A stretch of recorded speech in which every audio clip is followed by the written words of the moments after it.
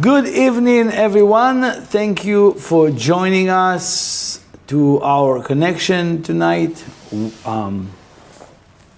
This week, there's a beautiful opportunity for all of us to awaken or to reawaken or to reconnect to a stronger part of who we are. And of course, to decide what type of life do I want to lead. In this week, we're also facing what we call, is if you remember, there are 7 weeks from Passover to Shavuot.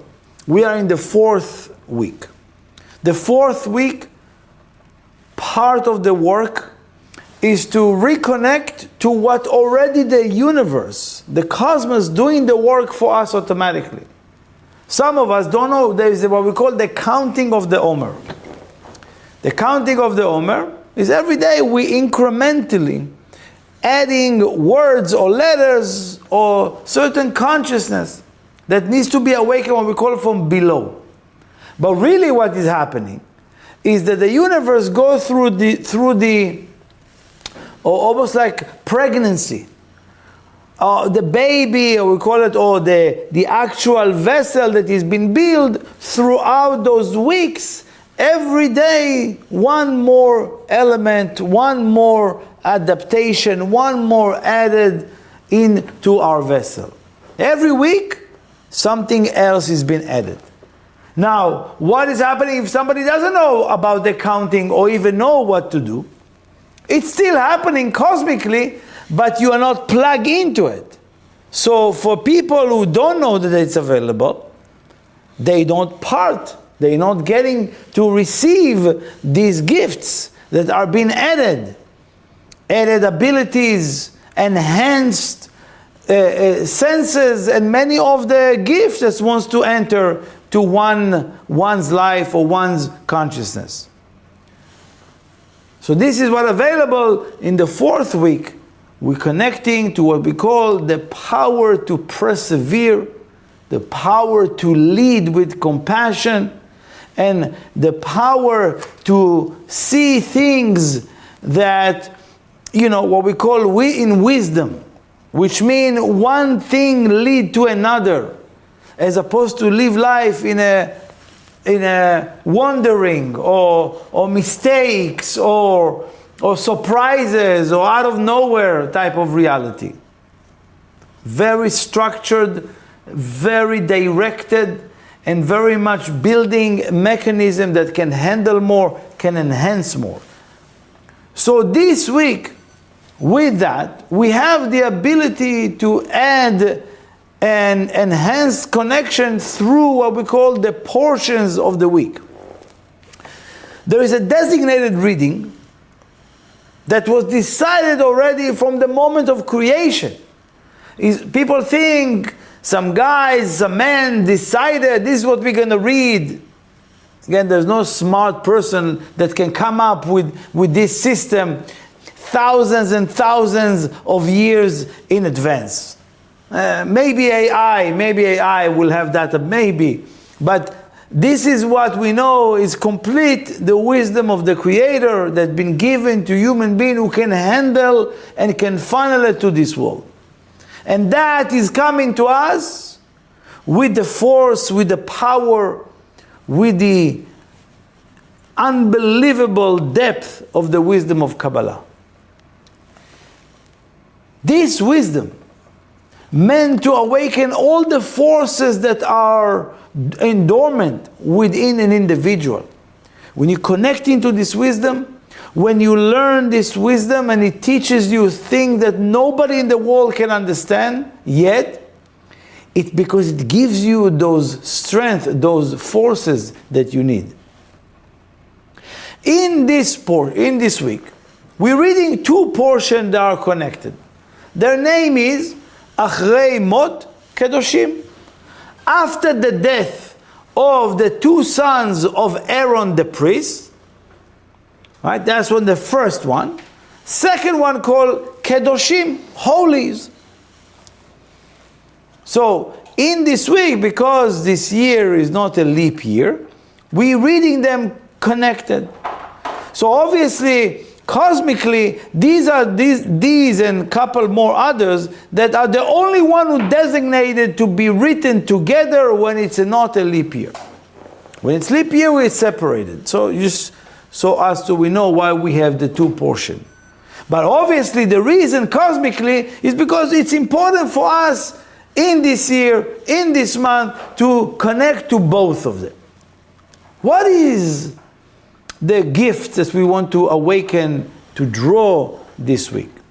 First of all, an understanding that Achrei Mot, after the death, and Kedoshim, holies, represent also for us the two different realities that we all experiencing all the time, but we're mostly unaware of that. One reality is called judgment, and one mercy. Din verachamim. There's two reality that also that the Kabbalah speaks in a broader way, in a lengthiest way, before and after the creation of the world. Because there is a reality before and the reality of after.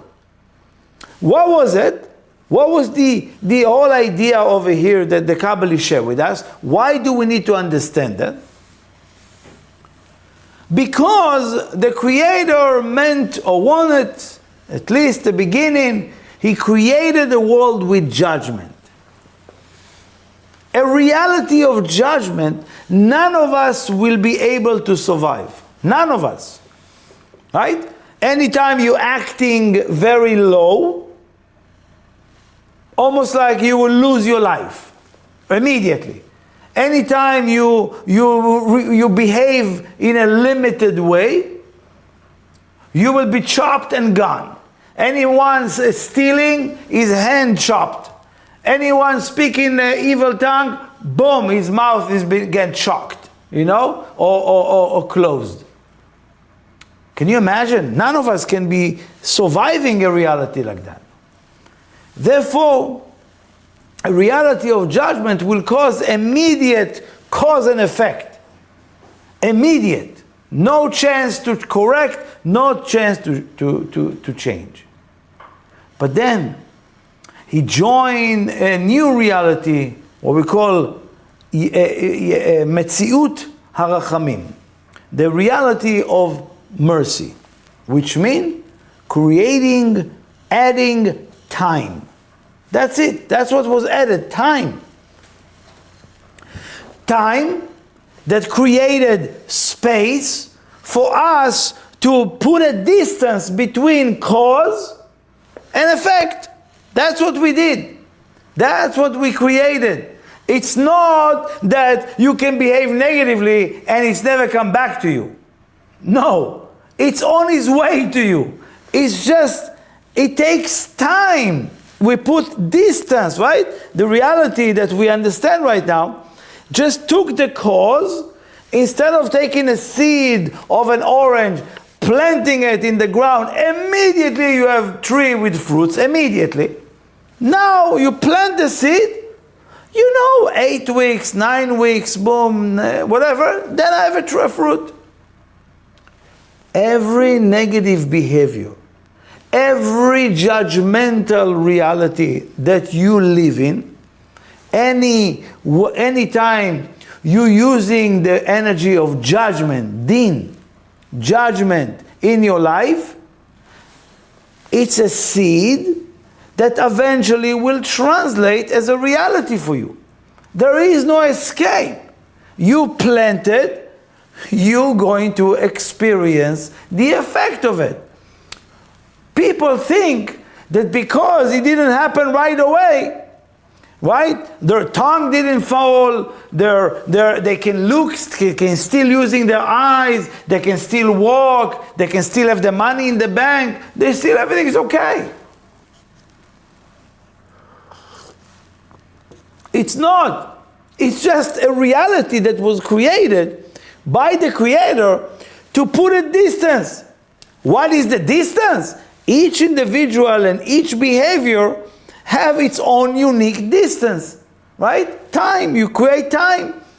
One take a month, one take a year, one take 10 years, and one take a lifetime. But don't worry, it's gonna come back. It has to claim its own price. When you behave in a certain way, and again, it's not for the sake of awakening fear and all of that. Yes, there was two realities. One is a reality of fear, meaning I'm worried all day long not to think negative. You live in fear, right? That's why the Creator says, no, that's no point. So He creates love. And fear and love also indicate of these two realities. One, that you're totally afraid all the time. And second is that you're totally in love all the time. Which one do you want to live? Of course, we all with love and we all with compassion, but still, someone need to pay for all the, we call it transgression or negative transactions, okay, give and take, agendas, hidden manipulation. Eventually everything needs to be cleaned up. Because the goal is different than what you think. This week as well, when you read Achrei Mot, it's the same reading people read in when? Yom Kippur. Everybody know that in Yom Kippur, you come, you don't show up the whole year, and you come in Yom Kippur, and you expected to be forgiven to all the transgression and all the falling. Not that you maybe. It's almost like expected from that day to give it to you. Almost like entitlement. You come, yeah, I'm go Yom Kippur, God forgive me, right? That's like it's amazing that it's not that is not really happening, but the expectation that people are coming once a year, I'm going to fix it, and that's it. Sometime you should know. If a person is not deciding, you have to have a decision. A decision to change or to invite changes to your life, to make some changes in your life, he will always drag himself to a reality of judgment. Because if there's no change, judgment is the only way. Judgment and lack of peace of mind, right? Lack of peace will be a reality of somebody like that. But if I live life and I want to live a reality of change and love the change, you are in a reality of love. You are not in a reality of judgment. And every time there's an opportunity for changes, you love, you welcome those changes. A lot of us resisting change. A lot of us want to stay the same. Just don't change. It's a curse. Right? So, sometime when people come to Yom Kippur, even the day is equipped to give you with so much love, all the removal of all the resets, of all the judgment. But sometime you're already in the reality of judgment, and that's the only way that is going to work for you. Very important, because sometimes it's too late. Sometimes people are waiting too long to change, to do the work. Okay, now I'm ready. I'm 75 years old. Now I'm ready. Oh, yeah? That's very nice, you know? But it's going to be different for you. Sometimes people are waiting too long. Like, for example, if you're dating somebody and you're in a relationship, you want to be, get closer, but the other person's always like doing wrong things and behave wrongly, right? Eventually you tell them, listen, you need to change. Okay, waiting. Eventually you say, you know what? Okay, I'm going to change. Listen, it's too late. It's too late. Bye-bye. I'm done with you already. Right? You experience that. That's what it means. You already, the judgment already been established. That even if okay, please give me last opportunity. There's no opportunity anymore. I gave you 60 of them. Thank you. Go home. That's what it is. So, we want to welcome change, we want to awaken change, and we want to live a reality of love, not of fear. How do we combine all of that? How do we learn in this week to adapt ourselves to these levels? It says that what makes me, or somebody else, doesn't matter, all of us, falling into judgment? Very simply, impurity. When we are impure person, what does it mean, impurity? Let me explain to you. I don't want you to take it in a religious connotation or those systems that I need to be in a certain level, okay? Impurity cause cleansing that will be forced on you. Like, you remember when you got sick or you have a flu? What do you call it? Oh, such a cleansing. Or somebody have a night in, that they have a very bad stomach ache or stomach, virus, right?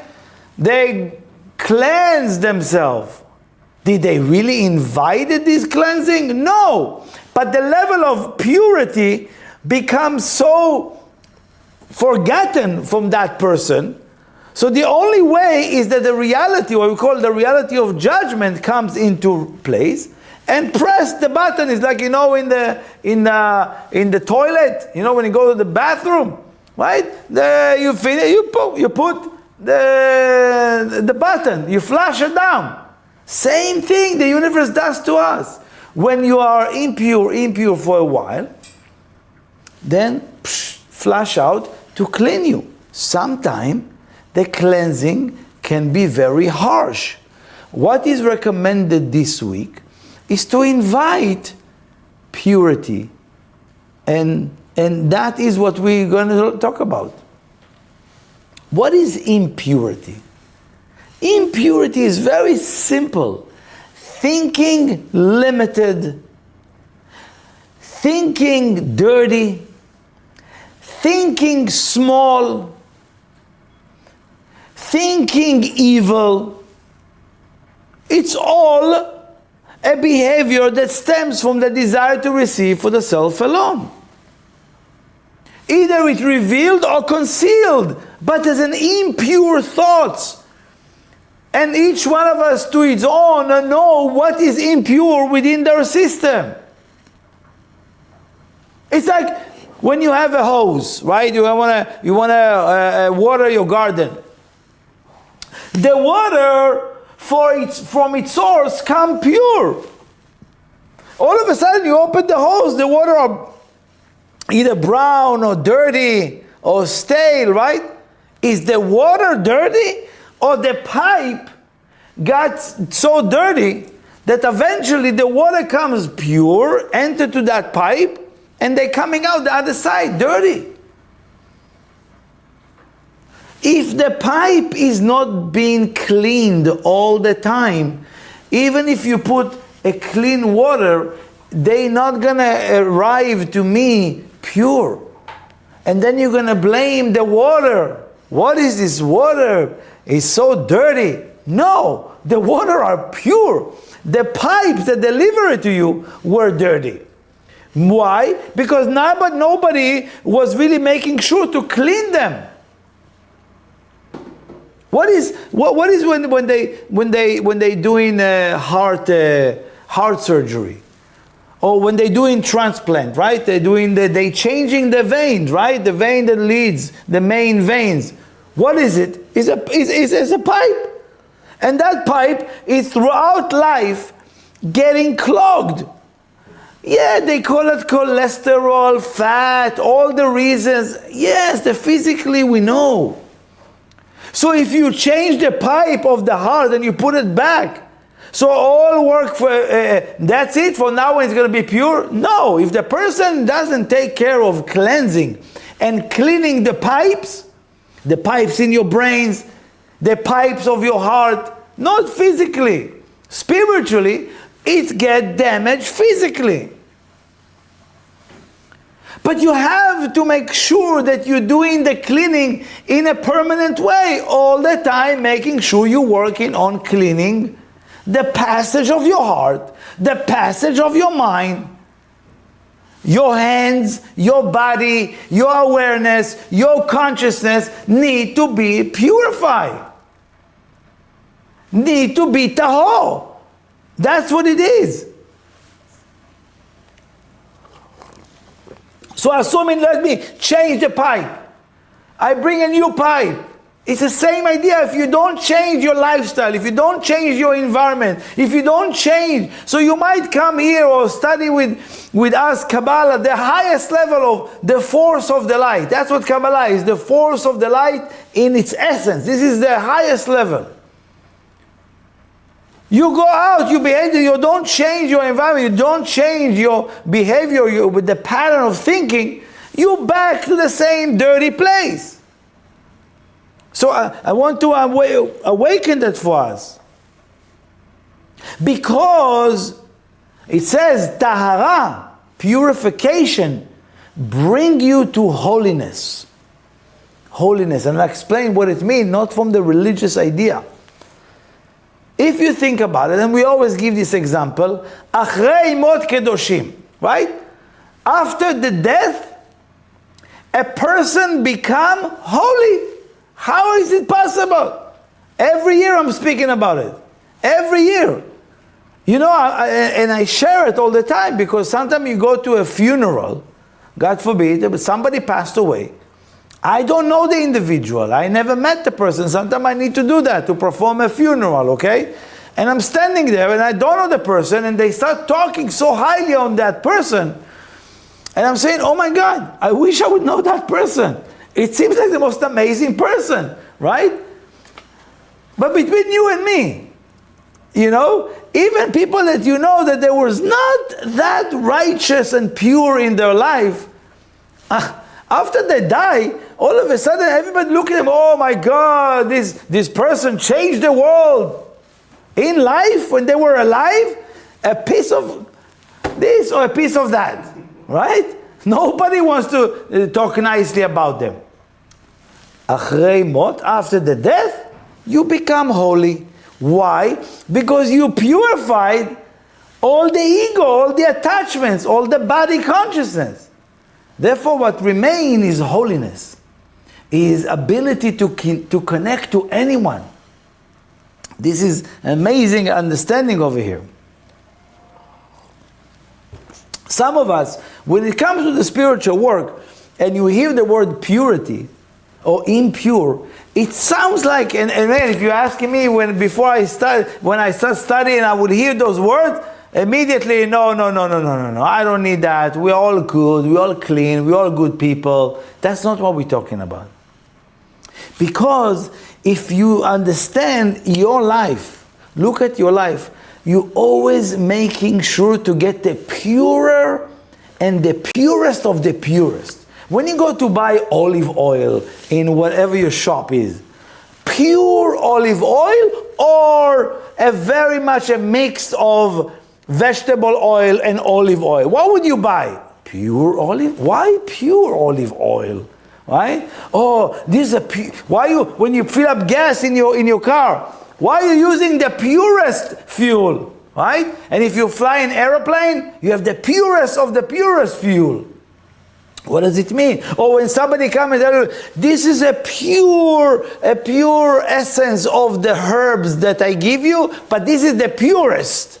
Right? That was like the juice of the juice. I got it for you. Right? Why? Because we all know, right? We're all sure that more pure, more real, more strong, more remain, and more benefits. Less pure, what's the point? Right? Think about it. We all, when you live in your house, you see now everybody, pure air in our houses. changing the filters, pure water, right? Purify the water. You were drinking water from the faucet. I live in New York. I always drank water directly from the faucet. I never had any issue. All of a sudden, after pandemic, everybody, no, the waters, and now they mess up with your head and now I need a filter on the water. Okay, put a filter. That's not the problem. But I'm saying, we always making sure that we have purity, but in the physical world. That's why people worry and concern.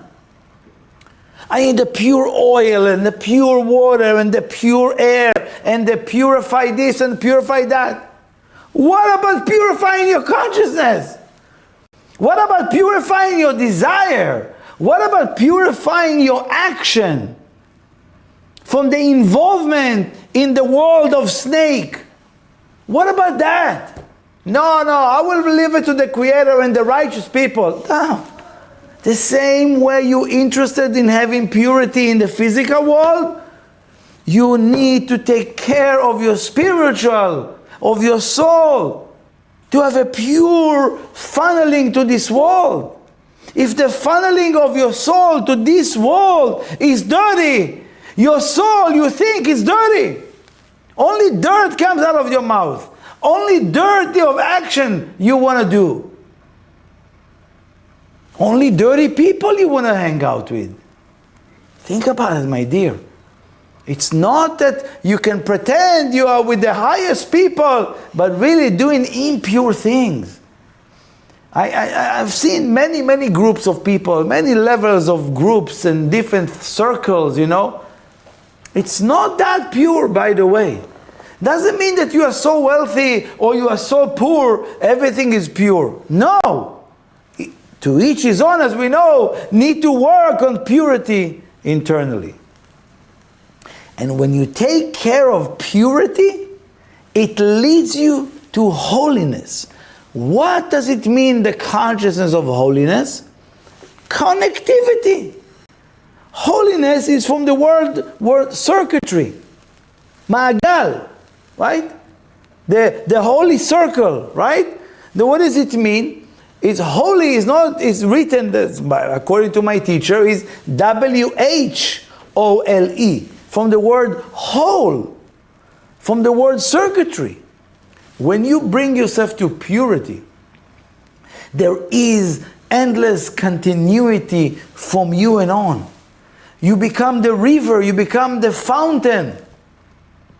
You become the channel for things.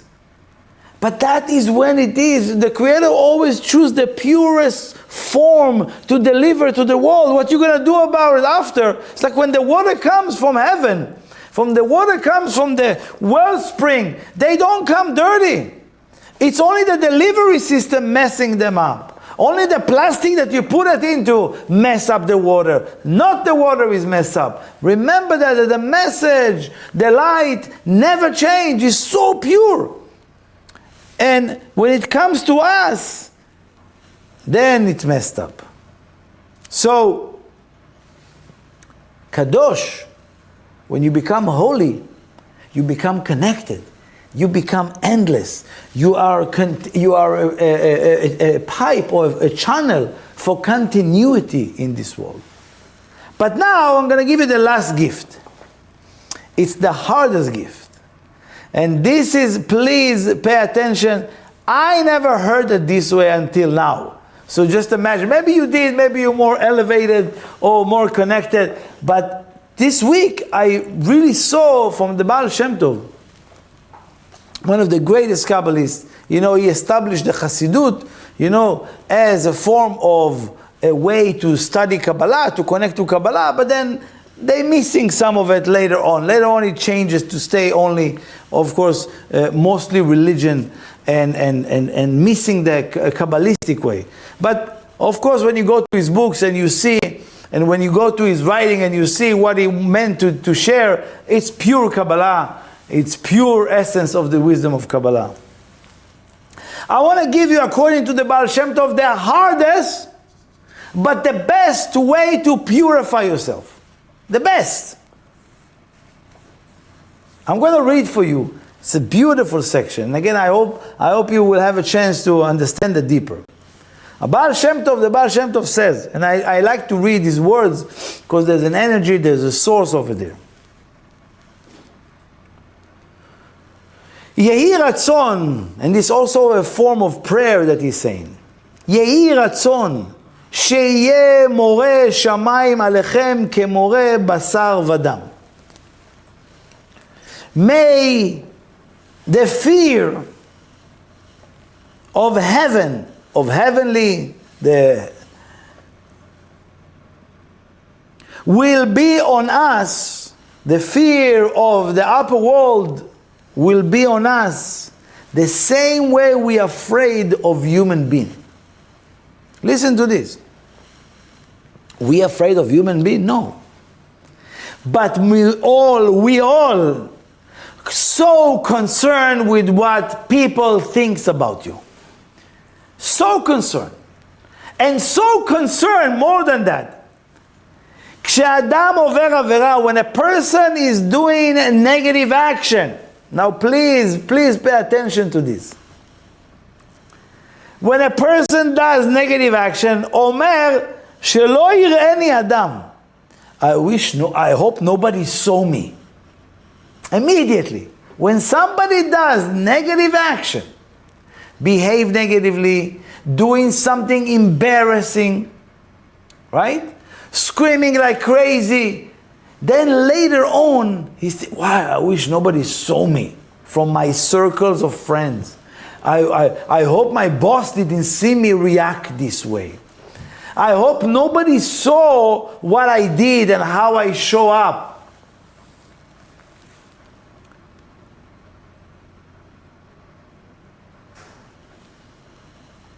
One thing that we have an issue with is when you do a negative thing, majority of us, if not all of us, are so concerned, I hope my parents not gonna hear what I've done. I hope my uncle or somebody you look up, my teacher, really my teacher know how I behave, wow. If they know how most of us have that fear of what will happen if people know and see how I behave when nobody saw me. That's the one concern. Now let's go a little bit deeper here. We all have that fear. We all have that insecurity about what they will think. And if they see me behave this way, how they will stay with me, they're never going to be my friend. Imagine you have a big company and you have investors. And the investors saw you doing some inappropriate action. There is immediate pull out of the money. That's how they do today, right? Everybody knows that. Same idea for anything in your life. People walking around doing negative things, making sure nobody else knows, and if they get caught, they immediately is going to do what? Defending. It's not, no. Why? Why? It's almost impossible to prevent it. I'll tell you what, it's a longer conversation, but unbelievable beauty.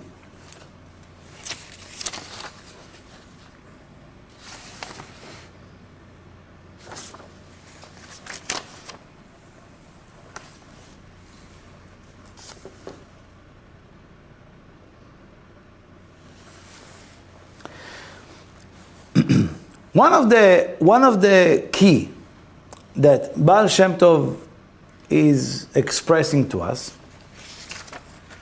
when you do see somebody behave in a negative way, somebody behave wrong with somebody else, what is happening to us? We immediately jump to the reality of judgment and judging the situation as that was not okay. You can agree or not, that's what usually automatically happening. I see a friend of mine, I see my parent, speak to my mom speak to my dad, my friend spoke to his wife, he's speaking to his children, speaking to a community member, speaking to an employee, say something wrong, immediately we judging the individual. Why?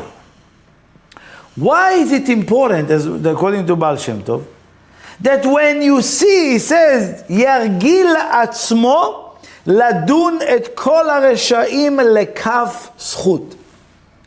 We want to be in the habit that we judging all evil that we see, that we experiencing in this world or around us or with people for the merit, for a good reason. Listen to this. You want to be in the habit that when you see somebody behave negatively, you immediately jumping to a reality of judgment, but for the good. For the good. Do not judge that individual, even if you are sure know about what they thinking, what they know, what they did. Why? Because you saw you. You saw that you in 6 days or in 6 months or in 6 years about to do the same thing. And when you judge the person, you're technically judging you in 6 weeks from now. Meaning, if you think that that person should go to jail, or that person should die, or that person should have such and such chaos, you should know you wish it to yourself, God forbid. You have to really sit with that. The rule is that that individual who behave in a negative way, it shows you in 6 years from now. This is how you're gonna have opportunity to scream and shout on somebody in 6 years from now. And because you see yourself now, you're asking for the judgment to come to you. In 6 years, when that situation will happen. The way you judge the person, it's technically take that person, put you're judging you to that prison, to that, God forbid, to that negativity. Listen, this is amazing. This is really amazing. אם האדם מלמד חוב על איזה רשע, if a person speak ill on an evil person and said, this evil person that should be in this world, that person should get such and such judgment. ופוסק עליו את הדין, meaning that you saying, I dictate that judgment need to go to that person. מה הוא אומר? שראוי הוא שיבוא עליו פורענות כזה וכזה. הוא בעצמו פוסק על עצמו. And you technically doing your own trial in the eyes of the other person. Like through the eyes of the other person, through the body of the other person. So therefore when you say something, oh, my ex-girlfriend should never have any boyfriend anymore because what she did to me. Or whatever the nonsense that you're going through, right? At that moment. Oh, the one who cheated should be da-da-da-da. And the one who stole, bad people. You need to know you're going to be in that position. In 5 years, 3 years, 3 months, you're going to fall into it. And what will be the judgment? The way you judge that person, that's how you bring it to yourself. Can you imagine? ירגיל עצמו, you have to be in the habit of when you see an evil person behave negatively, judge him for the good. You have nothing to lose besides gaining the same judgment when you're going to fall into it. It's a window to the future. The Ravash Baal Shem Tov says, כל העולם, אם מסכימים לדין הזה, they asking you, are you okay with the judgment? Oh, what do you think the judgment for that person should be? Oh, doomed for life. And once you agree with that, that's what you agree to your own judgment, to your own trial. ואף את האיש בעצמו שנגזר עליו הדין. And he's agreeing. When you agree that that judgment will go on that person, you're going to meet that situation in 6, 7, 8 years from now. And therefore, that judgment that you put on that person will come on you. Very important to be aware of that. Now again, we all in different circles in our life. We all in different jobs in our life. We all in different positions in our life. And sometimes we need to make a judgment call. But remind you that the judgment call should not be on the person. Should not be on like, oh, is it completely... At that moment, he cannot be part. Okay? At that moment, remember to judge for the good, but it doesn't have to be that complete judgmental. Only for the good. By the way, it's almost impossible. That task, it's almost impossible, very difficult. Very difficult. Because before they bring you judgment to your life, let's say a delay in a certain areas of your life, it's a judgment, right? Delay is judgment, right? They're waiting to see what you're going to do. Okay, the investor doesn't give the money. There's a delay, a week or two. The deal doesn't close. There's delay. What you gonna do, right? It's on suspend. Now, are you gonna judge it? You're gonna judge it for the good, or you're gonna judge for the bad? You judge for the bad. Thank you so much. That you agree to that judgment. Okay, 7 years from now, that's what's gonna happen. The time that we living is not the same as the time where the two realities that I'm speaking about. So what's happening? Now you understand differently. They send you wicked, negative people around you for what? To teach you. To teach you whether you want that judgment or you want to change your ways. That when you see a negative person in your life, it's you in the future behavior. They show you a future you, a window. So pay attention. And if you judge you downloading a judgment that maybe a year or 2 months or whatever it is, and they still give you time for change, what we call tshuva, to transform your actions. But most of us missing that part. They show me what to work on, what do I need to change, what do I need to work on change, what do I need to overcome, and so forth.